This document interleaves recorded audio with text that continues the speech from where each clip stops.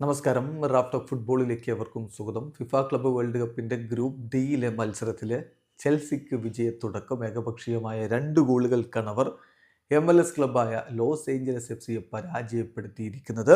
ചെൽസിക്ക് വേണ്ടി Pedro നെറ്റോയും Enzo ഫെർണാണ്ടസുമാണ് ഗോളുകൾ കണ്ടെത്തിയത്. മത്സരത്തിൽ ചെൽസിയുടെ മുന്നേറ്റങ്ങൾ നയിച്ചുകൊണ്ട് നിക്ലാസ് ജാക്സണും കോൾ പാൽമറും പെഡ്രോ നെറ്റോയും ഒക്കെ ഒരുമിച്ചിറങ്ങി. കോൾ പാൽമർ 10-ാം നമ്പർ ജേഴ്സിയിൽ അവർക്ക് വേണ്ടി കളിക്കാനിറങ്ങി. ഏതായാലും മത്സരത്തിൻ്റെ 34-ാമത്തെ മിനിറ്റിലാണ് ആദ്യ ഗോൾ പിറക്കുന്നത്. പെഡ്രോ നെറ്റോയിലൂടെ ചെൽസി ലീഡെടുത്തു. ആദ്യ പകുതി അവസാനിക്കുമ്പോൾ അവർ ഏകപക്ഷീയമായ ഒരു ഗോളിന് മുന്നിലായിരുന്നു.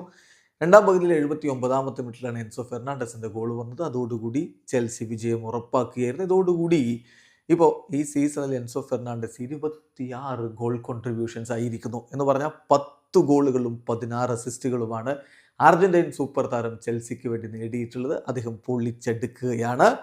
ഏതായാലും ഇപ്പോൾ ഫിഫ ക്ലബ്ബ് വേൾഡ് കപ്പിൻ്റെ ഗ്രൂപ്പ് ഡിയിൽ ആദ്യ മത്സരം വിജയിച്ച് 3 പോയിന്റോടെ 1-ാം സ്ഥാനത്ത് നിൽക്കുകയാണ് ചെൽസി. വീഡിയോ അവസാനിക്കുന്നു. ഫുട്ബോൾ ലോകത്തെ കൂടുതൽ വിശേഷങ്ങളുമായി റാഫ് ടോക്സ് വീണ്ടും എത്താം.